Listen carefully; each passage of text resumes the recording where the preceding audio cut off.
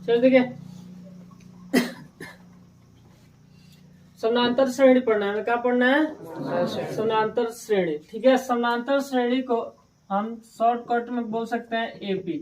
समानांतर श्रेणी का बोलते हैं एपी। ठीक है, एपी का फुल फॉर्म होगा अर्थमेटिक प्रोग्रेशन। कितना का होगा इसका? Arithmetic progression. ठीक है, अब एपी हम समानांतर श्रेणी ना लिखे क्या लिखेंगे हम? एपी। तो एपी लिखेंगे तो क्या समझेंगे? क्या लिख रहे हैं? समानांतर श्रेणी। ठीक है, एपी कहेंगे तो क्या समझेंगे? समानांतर श्रेणी। मतलब समानांतर श्रेणी को हम लिखेंगे एपी। समानांतर श्रेणी का अगर इंग्लिश होगा अर्थमेटिक प्रोग्रेशन, मतलब एपी। ठीक है, अब समानांतर श्रेणी का मतलब क्या होता है? समांतर। समांतर श्रेणी, देखिए समांतर का मतलब समान अंतर का हो, समान अंतर। समान का हो, अंतर हो, समान का हो, अंतर।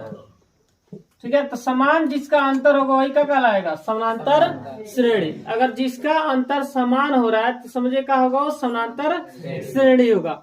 कोई भी संख्या हो अगर उसका अंतर समान जा रहा है तो होगा समानांतर श्रेणी। ठीक है, कहने का मतलब अगर एक निश्चित संख्या जोड़े, एक निश्चित संख्या जोड़ने पर अगर अगला पद प्राप्त हो रहा है तभी भी वो किस में होता है? एपी में होता है, मतलब समानांतर श्रेणी में होता है। अगर निश्चित संख्या घटाने पर, ठीक है, अगर निश्चित संख्या घटाने पर अगर अगला पद का हो प्राप्त हो तभी भी वो किस में होता है? एपी में होता है, मतलब समानांतर श्रेणी में होता है। अगर एक निश्चित संख्या से गुणा करने पर अगर अगला पद आपको मिल रहा है तभी किसमें होता है? समानांतर श्रेणी में होता है। अगर एक निश्चित संख्या से भाग देने पर अगर अगला पद हमें प्राप्त हो रहा है, ठीक है, एक निश्चित संख्या से भाग देने पर भी हमें पद का हो प्राप्त हो रहा है, ठीक है, तो भी वो किसमें होगा? समानांतर श्रेणी में होगा। कहने का मतलब ये है, जैसे हम देखिए एपी में कैसे कौन होगा कौन नहीं होगा, कौन एपी में होगा कौन नहीं होगा। समानांतर श्रेणी का मतलब ये बता रहा है, समांतर मतलब समान अंतर, जिसका अंतर का हो समान। अगर समान अंतर हो रहा है तो समझिए किसमें होगा? समानांतर श्रेणी में होगा। तो अगर समानांतर श्रेणी का अगर परिभाषा देना होगा तो देंगे कि अगर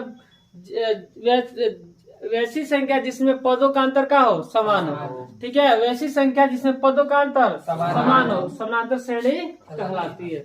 ठीक है, जिससे कहने का मतलब है, देखिए जैसे 1 2 3 4 5 डॉट डॉट ऐसे कर दे। अब बताइए, यहाँ देख रहे हैं पदों का अंतर क्या हो रहा है? समान हो रहा है। यहाँ 1 और 2 के बीच कितना अंतर है? 1 का। 2 और 3 के बीच कितना का अंतर है? 1 का। 3 और 4 के बीच 1 का। 1 का अंतर होना समान अंतर है, तो किस में होगा? एपी में होगा। किसमें होगा? एपी में होगा। अगर ये भी बताए थे कि निश्चित संख्या जोड़ने पर अगला पद प्राप्त हो तभी किसमें होता है? एपी में होता है। कहने का मतलब देखिए, 1 में अगर हम 2 जोड़े तो आ जाएगा 2, 2 में 1 जोड़े का आएगा अगला पद प्राप्त हो रहा है। 3 में 1 जोड़ेंगे तो 4 में 1 जोड़ेंगे तो 5। अगर देखिए 5 के बाद यहाँ मतलब ऐसे ही जाते जाएगा, तो अगर हम कहते कि नहीं इसका अगला पद बताइए तो क्या बताएंगे? 1 जोड़ेंगे ना 6, फिर 6 में 1 जोड़ेंगे 7, ऐसे ही जोड़ते जाएंगे तो क्या होगा? अगला पद आपको प्राप्त होते जाएगा। बात समझ में आया? जैसे और ले लेते हैं। अब बताइए ये एपी में है कि नहीं है? यह एपी में है कि नहीं है? ये पहले बताइए। है। कैसे पता चल रहा है बताइए? तो अंतर कितना कितने का जा रहा है? 2 2 का जा रहा है। अगर 2 में 2 जोड़े तो कहा जाएगा 4 में 2 जोड़े तो। अब बताइए अगर हमें कहीं इसका 10 है, इसका अगला पद बताइए 2 का अगला पद बताइए 12 और 14। मतलब हम अगला पद बता रहे हैं कि क्या कैसे पता चल रहा है? क्योंकि हम देख रहे हैं पदों का अंतर क्या हो रहा है? 2।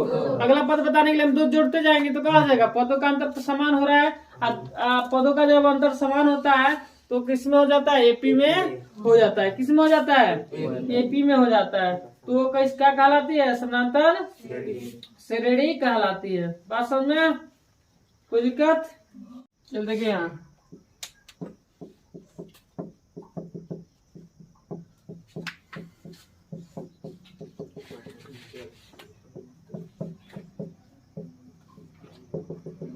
किसमें? एपी में है कि नहीं है? एपी में है।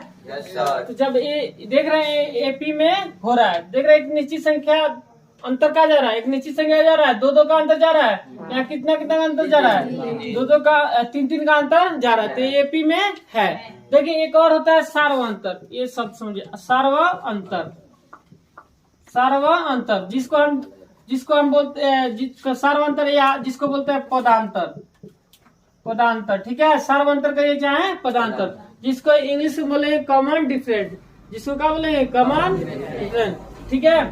तो कॉमन डिफरेंट बोलते हैं जिसको सार्व अंतर या पदांतर। ये क्या होता है, पदों का अंतर जो होता है ना वही होता है पदांतर या सार्व अंतर। पदों का जो अंतर होता है क्या होता है, सार्व अंतर या पदांतर, जिसको हम डी से सूचित करते हैं। किससे सूचित करते हैं, डी से, ठीक है।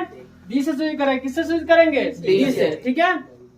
बात समझ में आ रहा है। या बहुत लोग ऐसे लिख देते हैं सी और डी, सी डी से भी सूचित करते हैं। सी डी मतलब क्या, कॉमन डिफरेंट, मतलब हम शॉर्टकट किससे सूचित करेंगे, हम डी से। डी से सूचित करेंगे तो इसका सूत्र होता है A2 minus A1, A2 minus A1, मतलब दूसरा पद में से पहला पद क्या करेंगे, हम घटाएंगे, तो हमें सार्वंतर हमें पता चल जाता है। या ये सूत्र लगा के बना सकते हैं, या हम ऐसे भी सार्वंतर, जिस पदों का अंतर का कहलाता है पदांतर, जिसमें बताइए पदों का अंतर कितना है, इसमें पदों का अंतर यही होता है पदांतर, ये हो जाएगा। इसमें पदों का अंतर क्या होगा, तो डी, इसका डी हो जाएगा, मतलब सार्वंतर क्या हो जाएगा 3, मतलब जो अंतर होगा पदों का वो क्या होता है, सार्व अंतर होता है। बात समझा, जो पदों का अंतर इसमें दिखाई देगा वो क्या हो जाएगा। अब जिससे एक और क्वेश्चन देते हैं कि इसमें बताइए पदांतर क्या होगा। अब तो इसमें पदों का अंतर क्या हो रहा है 5, तो इसका डी का हो जाएगा, सार्वंतर का हो जाएगा 5 हो जाएगा। बात समझे। अब A2 माइनस A1 मतलब क्या होता है, ये जो देखिए इसमें क्या होता है, देखिए और चीज एक देखिए, अगर कोई कह दे एपी का व्यापक रूप बताइए, एपी का व्यापक रूप, ये बताइए एपी का व्यापक, जैसे हम 2 चर वाले रेखीय समीकरण का व्यापक रूप पढ़े हैं, वैसे यहाँ एपी का हम क्या पढ़ेंगे, व्यापक रूप। तो एपी का व्यापक रूप क्या होता है, देखिए A1 बराबर A, A2 बराबर A प्लस डी, ठीक है, A3 बराबर A प्लस 2D, A4 बराबर A प्लस 3D, A5 बराबर A प्लस 4D, ठीक है। ये क्या होता है, एपी का कौन सा पद होता है, कौन सा होता है जी, व्यापक रूप होता है। एपी का कौन सा रूप होता है, व्यापक रूप।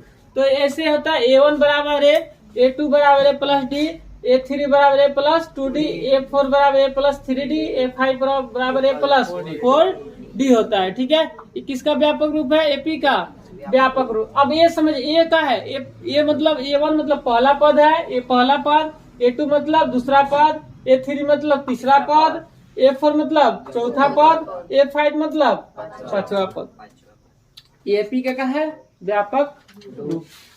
आ रहा है समझ में, बोले। और यही को कोई पूछ दे, ऐसे डट कोई पूछ दे, मान लीजिए हम पूछ देते हैं, नहीं आप बताइए A20 विश्व पद का सूत्र बताइए, विश्व पद का सूत्र क्या होगा, A प्लस 19D होगा ना, देख रहे हैं यहाँ। तो A प्लस का हो जाएगा 19D हो जाएगा, किसका, एपी का विश्व पद अगर निकालना हो, विश्व पद या 25वां पद, तो अगर 20वां पद निकालना है तो ये होगा, अगर 25वां पद आपको निकालना है तो क्या होगा, 25 निकल जाएगा।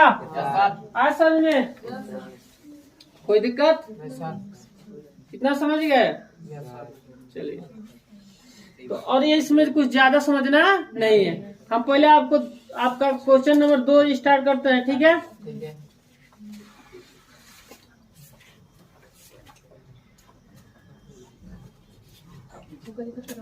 तो अब अगर कोई पूछ देता है कि A1 A2 ये सब क्या कहलाते हैं, तो A1 क्या कहलाएगा, पहला पद, A2 दूसरा पद, A3 D का कहलाएगा, D का कहलाएगा सार्व अंतर, D का कहलाएगा जी सार्व अंतर। आज समझिए, यहाँ बहुत जगह क्या होता है, बहुत टीचर भी क्या करते हैं, T1 पढ़ाते हैं, T2 पढ़ाते हैं, T3 ऐसे पढ़ा देते हैं। तो वही बात है, ठीक है, क्या होगा, बात वही है, A प्लस का हो जाएगा, T प्लस D हो जाएगा ऐसे, ठीक है। ये T प्लस का हो जाएगा 2D, तो वही हो जाएगा, मतलब T1 T2 मतलब पहला पद दूसरा पद। तो हम किससे दिखा रहे हैं?